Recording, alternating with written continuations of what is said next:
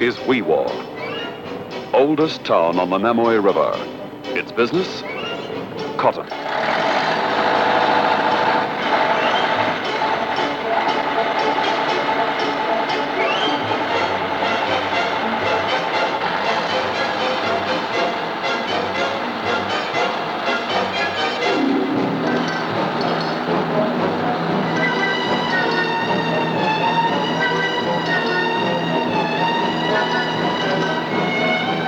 28,000 acres of top-grade cotton. Average yield, 2 1/4 bales of high-quality lint to the acre. Equal to the top cotton-producing areas in the world today. Byproduct, edible oil seed. 17,000 pounds to the acre. Lines of mechanical pickers move through the crop like snowplows. Each machine picking more than 40,000 pounds of seed cotton in a day, equivalent of 100 hand pickers.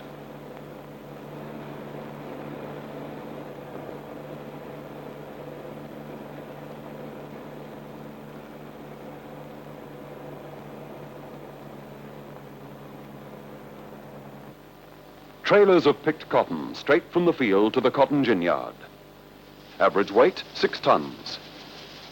Dozens of trailers every hour. Thousands of bales of graded lint waiting shipment to Australian mills. Approximate worth, $140 a bale.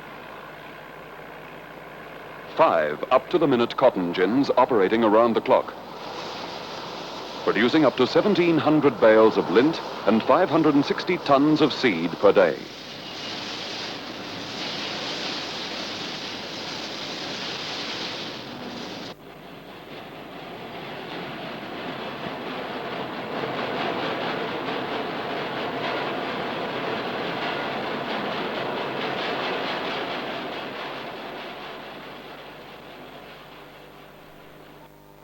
Wee Waa, 1966. I've lived in town many years, but I knew the town fairly well before I came to town to live. And in the days when I speak of, there was 5 hotels in this town, and quite a lot of things that disappeared since, like the blacksmiths, the saddlers, and that sort of thing. Less than 5 years ago, this was Coolabah Scrub. Today, it's a cotton-producing area equal to the San Joaquin Valley of California and the cotton fields of Louisiana and the Mississippi Delta. Areas that have grown cotton since before the American Civil War. How has it been done? And why has it happened here on the old black soil plains? Land written about by Banjo Patterson and Henry Lawson as the Bullockys lament. And a little town with a history of fire, flood, and near desolation.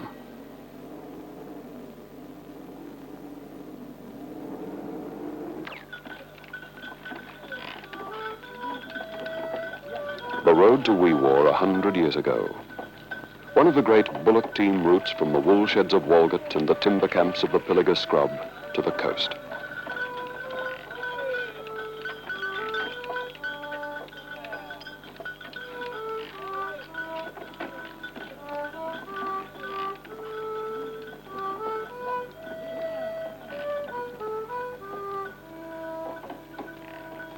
(1827), the first stock movement across the Liverpool plains. Shepherds and hut keepers murdered by blacks.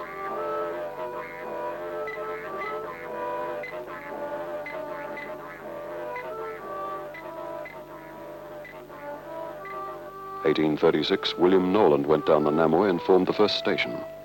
His men and stock constantly attacked. 1840, squatter George Hobler took out a grazing license for £10 and named the place Wee Waa, Aboriginal for fire cast down. 1848, 4 slab huts, a stockyard, and a hotel. 1854, 7 huts or gunyahs of wood and bark. 1859, 15 huts or gunyahs of wood and bark. Population 100. 60 whites, 40 aboriginals.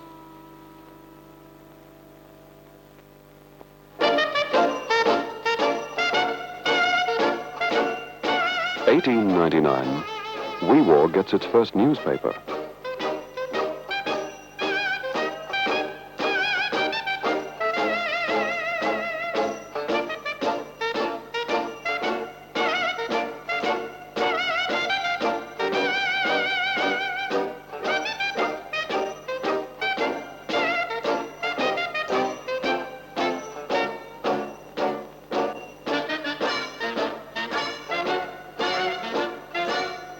But it still has its problems.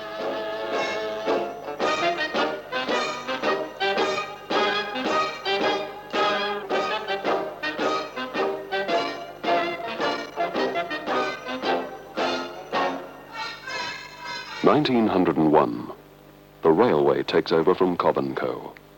1903 to 1912, a decade of disastrous fires. Every major building burnt out. 1908, flood, 2 lives. 1910, flood, 4 lives. 1922, Wee Waa grows its first cotton. The entire crop, 9 bales. It wasn't considered an economic success, and so the idea of growing cotton on the Namoi slept in the Mitchell grass.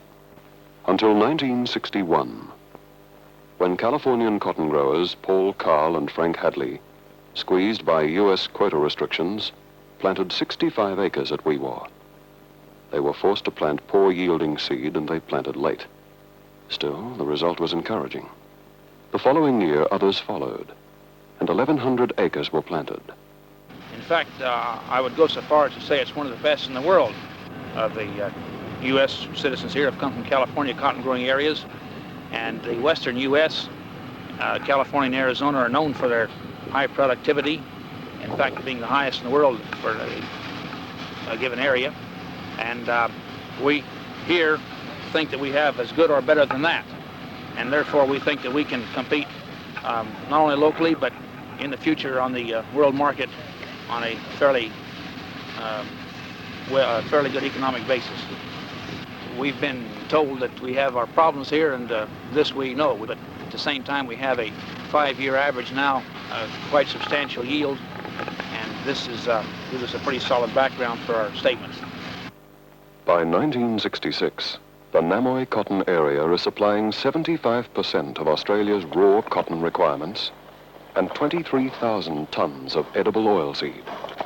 As far as this progress here now, they're going to, these cotton men, they're in a big way, they've got all the machinery and they've got the idea with it. They brought a lot of good to this town and district. And to keep it is going to be a problem to these cotton men, because they've, when they decided to grow cotton here in the Namoi Valley, they thought keep it was ideal. They forgot that the seasons might fail and go back to normal old seasons where there wouldn't be any keep it dam. Cotton growing begins here. The Keep It Dam, strung across the Namoi between Tamworth and Gunnedah, housing 345,000 acre-feet of water. And here, in the miles of irrigation channels, 2,400,000 gallons per hour pumped from the Namoi. Water is its life or death. So they dig more ditches.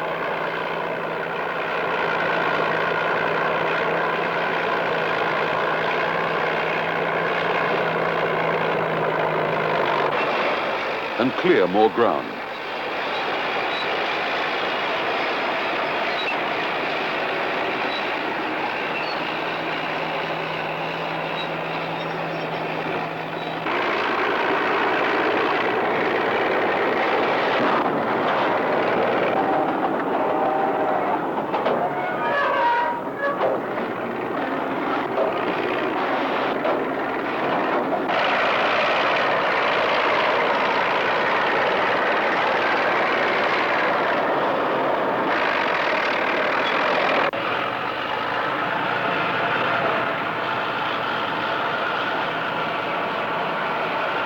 Here, Coolabah scrub once sold for 6pence an acre.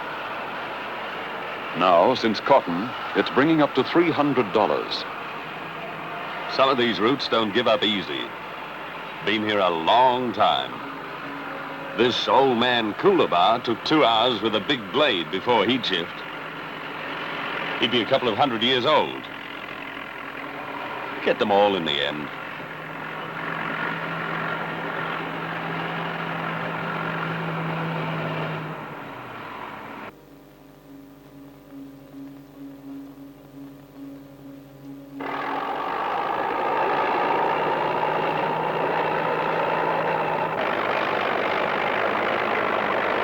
When the trees are down and burned off, you bring in the root rake.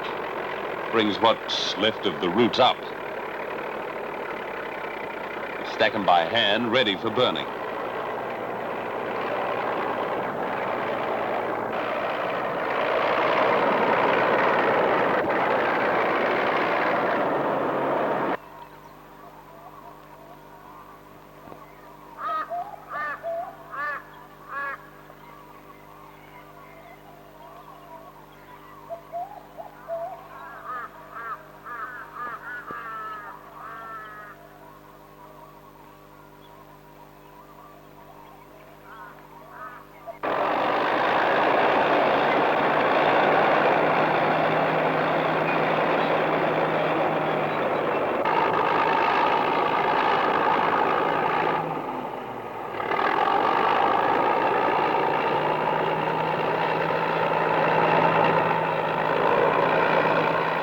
Stick picking is hard work, but it's all part of the business of growing cotton.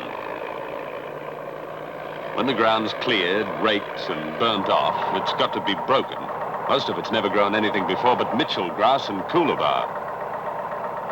You go down a couple of feet with the big ripper, and any rubbish left in the soil comes up to be cleared again by hand.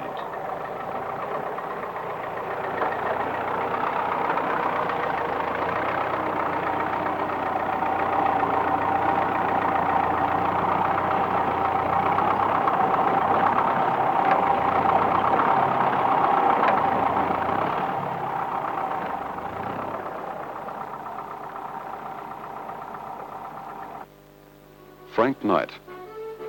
His family was one of the first to settle here. His grandfather, John Knight, came to Australia with a guardian, Captain Hungerford, in the sailing ship Alexandria Henry in May 1828. Settled at Pyan Creek, Wee Waa, in 1880. A picnic at Marra North, where the gin stands today. The Marra North cricket team. Don't laugh. Most of them could lift a bale of wool by himself. Yes, it was all wool in the old days. He used to haul it to Sydney by wagon. All gone now. Bit of the old shed still standing.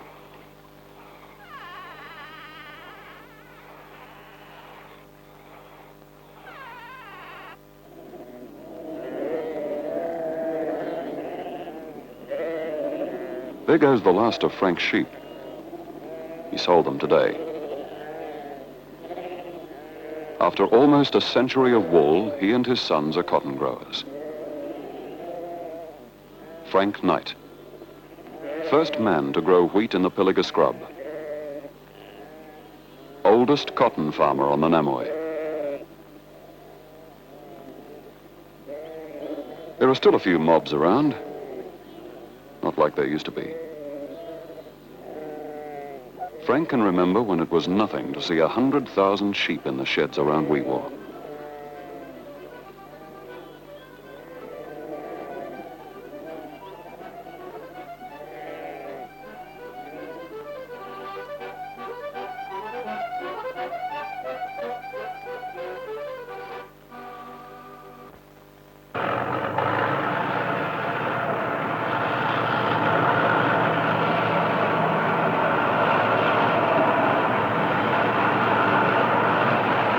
Cotton growing has brought in a lot of big machinery that these parts never saw before. Like this big T-man scraper. Levels ground quicker than anything you ever saw.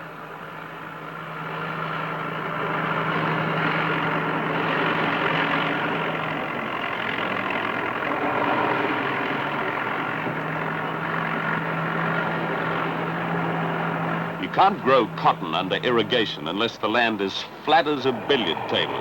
It's got to have the right slope for drainage. That's where men like Ralph Stokes come in, irrigation expert from the States. He can plan the rise or fall of hundreds of acres within an inch. Charlie Wicks and Dave Griffiths. Dave is Australian International Harvester Agent for the Namoi district. Knows as much about cotton as any grower. Charlie Wicks is another grower from California. He heard about Wee Waa a couple of years ago, and here he is. Planted 825 acres this year. Got close to 3 bales an acre. We spray the crop about a month after the water is knocked off to kill the plant before picking. Burns off the leaves, makes it easier to pick, improves the grade. Great flyers, these crop dusters. Fly under telephone wires, at night sometimes. There's been a couple of pranks, nothing serious. One bloke ran his wheels up a wool shed roof, never put a dent in it. Another one landed in a chicken yard, killed 150 chickens. Great pilots, though, Aussies and Yanks alike, gotta be. Flying all day with your wheels in the cotton.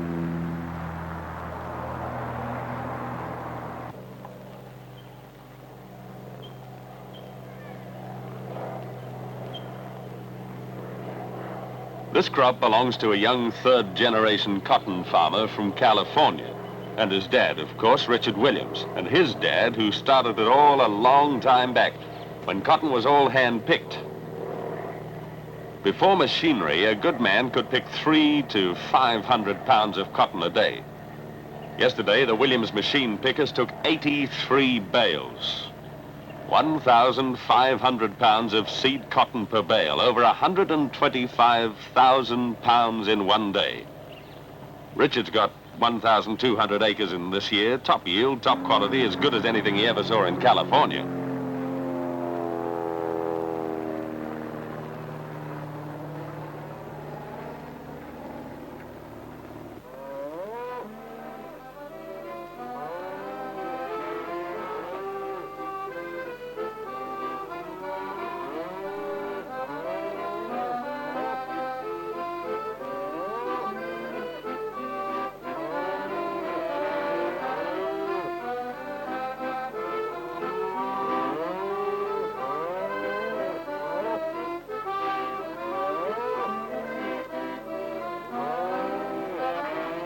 Used to be quite a bit of cattle around here, especially in the very early days. Disease wiped most of them out. Tom Knight, he was in cattle. He's a cotton grower now. Still a few head around. In good condition, too. They should be. The main fodder is cottonseed.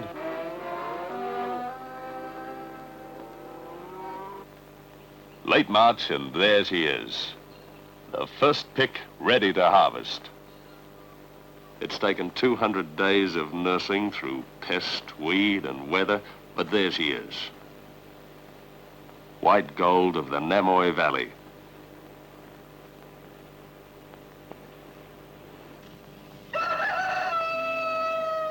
They'll start picking and ginning at daybreak, and they won't stop for 2 to 3 months until the bales are in. It's knife cold here at dawn, waiting for the first bit of sun to lift the dew. Cotton won't pick well if it's damp. Trailers lining up ready. This picking is run with the precision and discipline of a military operation. That operating can lower the yield and the grade.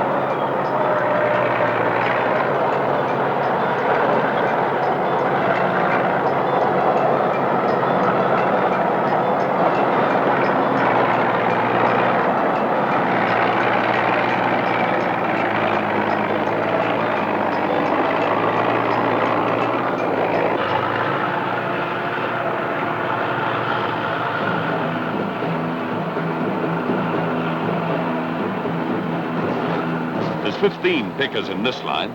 Each one will pick about 12 acres a day. Each machine costs $24,000. There are 2 picks a few weeks apart. Then any lint that has been dropped to the ground or been missed during picking is picked up by a scavenger, rude cotton. Nothing is wasted in this business.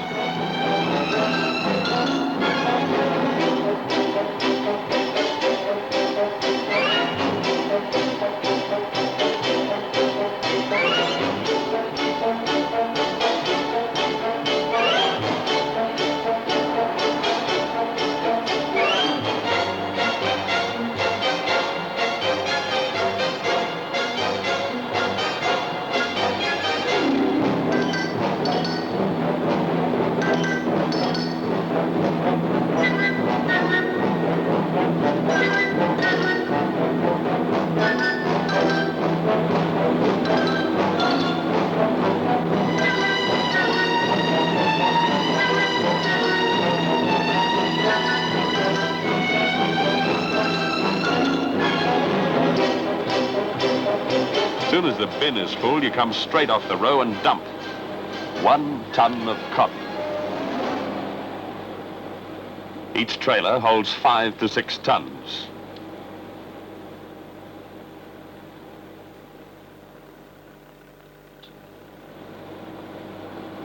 As soon as it's full, it's hooked up and hauled straight to the cotton gin. There'd be dozens every hour leaving the field for the gin yard. Work hard and play hard.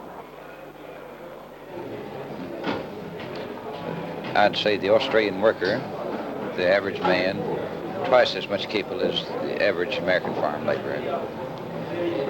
What do you think of these Yanks to work for, Rod? I go to work on Monday morning at 6 and I finish up on Sunday night at 6. It's a 7 days a week job and plenty of working. As far as you're concerned, it's not a bad thing. It's a good thing, and I think it's made a big difference to this district, and mainly in labour, whereas a lot of people were out of work before, where they're in work now. That doesn't matter to me. I don't bug about my past generation. It doesn't interest me much. I'm not complaining about cotton, Bill.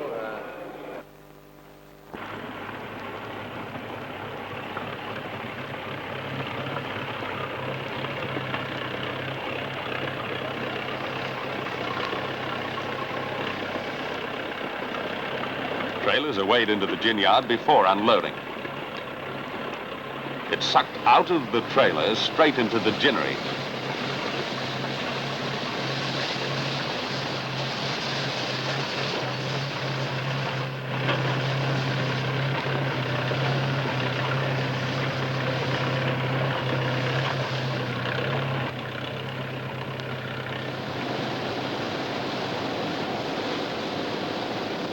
That's what you call rude cotton, being scavenged off the ground. It contains a lot of trash, leaves, sticks, stones, has to be pre-cleaned in this plant before ginning. Gin expert from Texas talking with an Australian gin boss. They're always on the lookout for trouble. You can't afford to stop for 5 minutes when the harvest is coming in. The seed cotton is sucked from the trailer into the separator. Takes out any sticks, leaves, or green balls. Into the tower dryer. Won't gin unless the moisture content of the seed is about 5%. It's cleaned again of sticks and leaves. And dried again.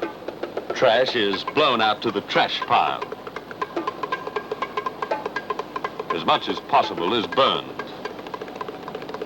Clean cotton goes to the gin stands where the seed is separated from the lint and the lint fibers combed out.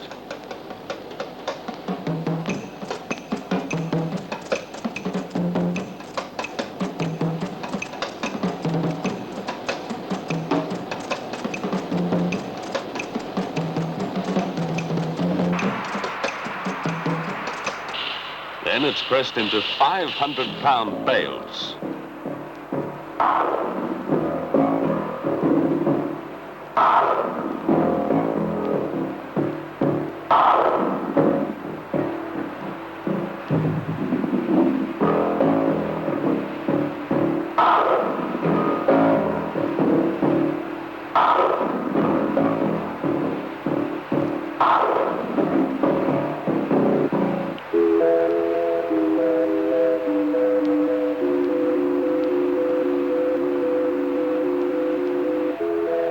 This is Moran North gin.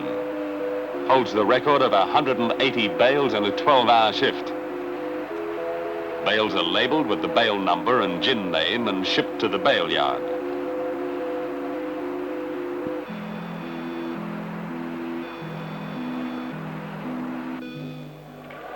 When the field is picked, cattle are let in to feed on any seed that's been missed. And the bush is slashed and plowed for the next year.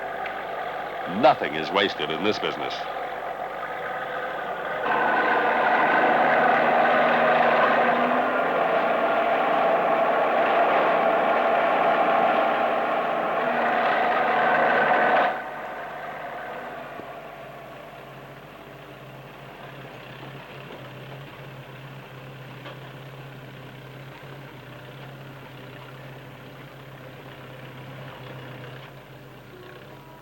Cutterbry, probably the oldest building in the district.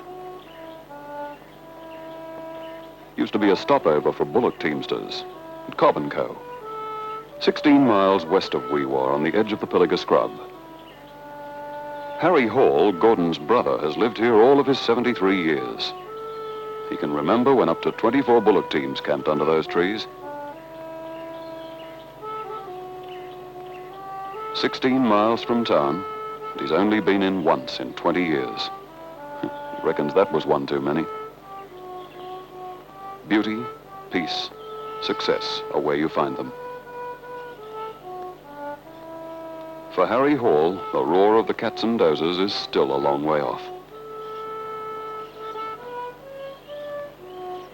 Another of the oldest buildings is Wee Waa, a 52-room mansion built in the 1890s by a man named Holcomb, who settled in the area with the Halls and the Knights. His son and grandson, John Holcomb. John Holcomb. He's a very big cotton grower today, the last of the third generation of his family to stay on the property. He has a lot of faith in this area, and he can afford to live anywhere in the world. Had 1,100 acres under cotton this year. Got as high as 3.5 bales to the acre. Just about a world record. He's got 2,000 acres ready for next year.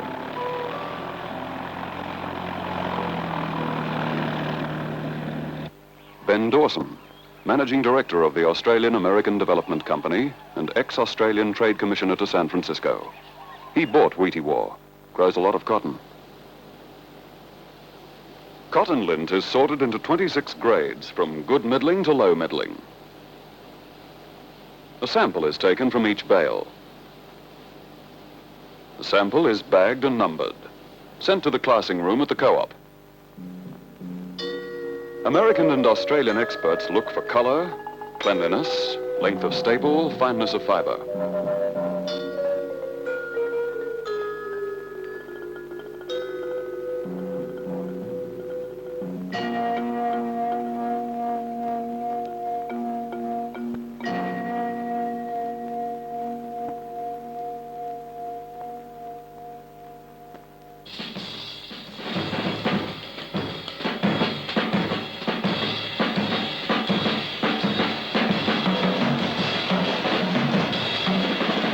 Cottonseed.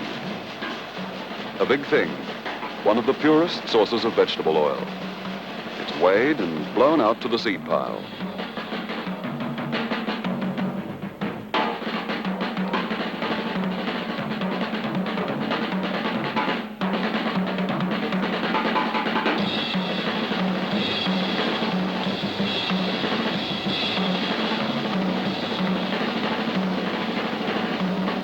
The mountain grows faster than it can be shipped.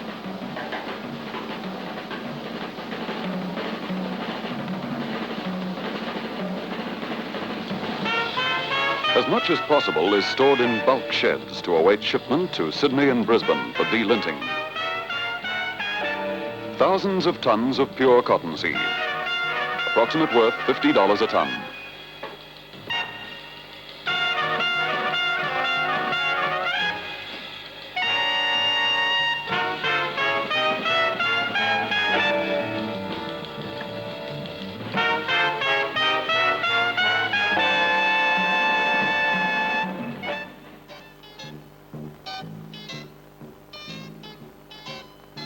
Roads have always been a big problem in black soil country. Way back when they relied on stores from the coast, an inch or two of rain could mean being cut off for months. Some of the old-timers can remember living on damper and kangaroo until the wagons could get through. When the rain comes, nothing moves in the Coolabah swamp.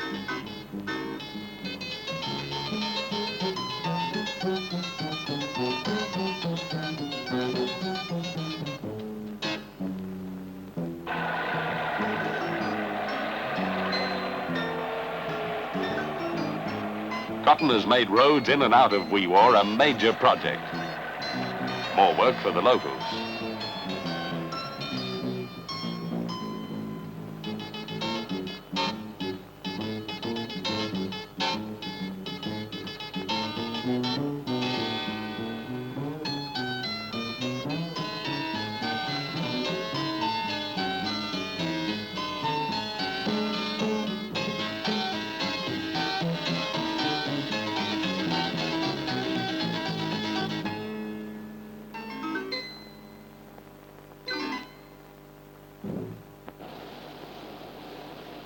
Brisbane Cotton Marketing Board.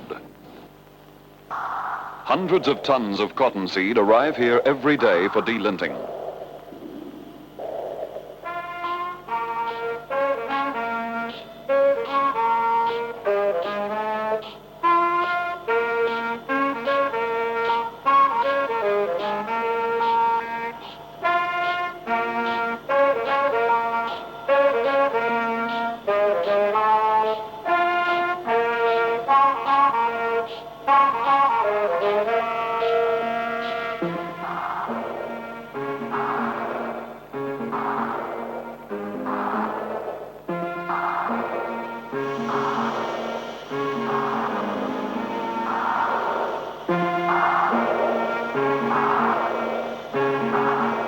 $11,000 tons in this heap. From storage sheds to cleaning room.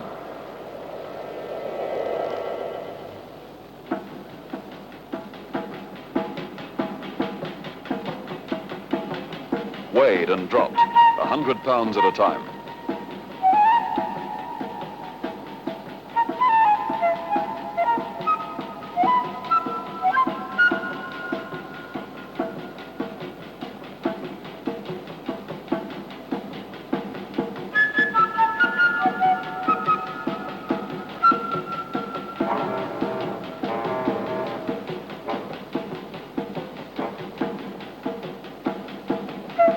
Cleaning of any trash picked up since ginning.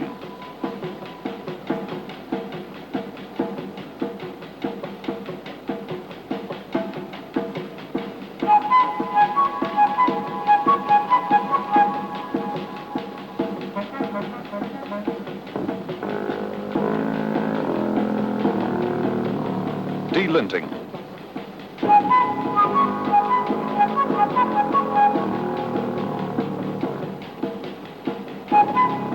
The last fraction of lint is stripped from the seed.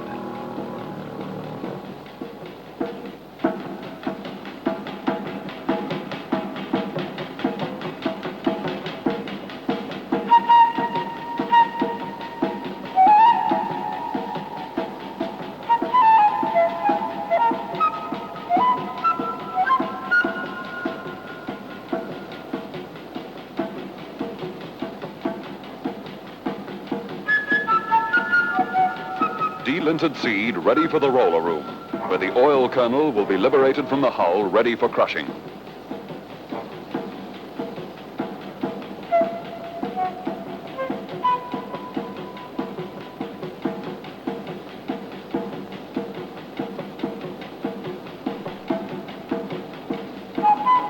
Even the hull or shell of the seed and any residue is processed into an extremely high-protein cattle cake. Nothing is wasted. To the men who plant cotton, cottonseed oil is not just a bonus when the bales are in. It's a vital part of the cotton crop. Cotton oil, along with safflower and peanut oil, is the backbone of the vegetable oilseeds industry. A dynamic new primary industry that means prosperity and a new future for the man on the land.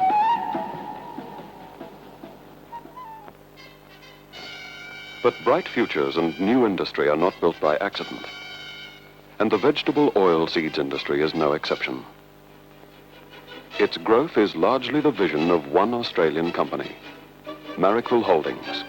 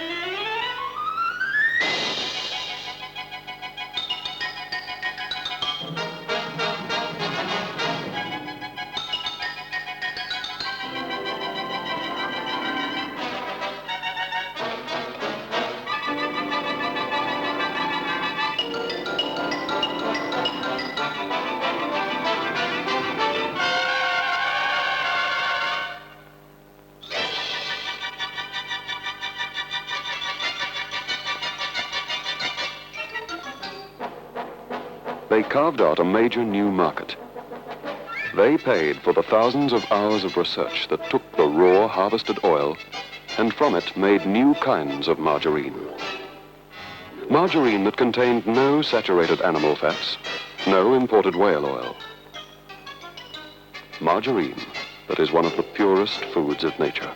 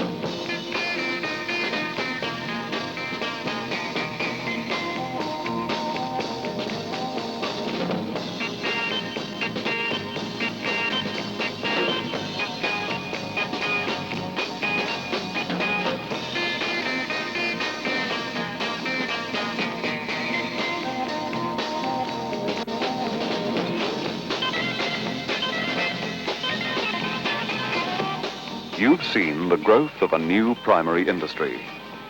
An industry that could mean new prosperity to the man on the land. But a quarter of a century ago, when the oil needed for margarine was largely imported, state government imposed rigid quota restrictions on margarine manufacture. At the time, our own local dairy industry needed all the help it could get. But today, the quota system still persists. Today, when the vegetable oils industry is our own vigorous primary industry, the quota system persists. And while it does, the bounty of our land and the oil we get from cottonseed will not return its true value to growers. For while we can use it to make pure margarine, and we can sell that margarine, we are restricted from doing so by the quota system. It is time to quit the quota system for margarines made from Australian raw materials.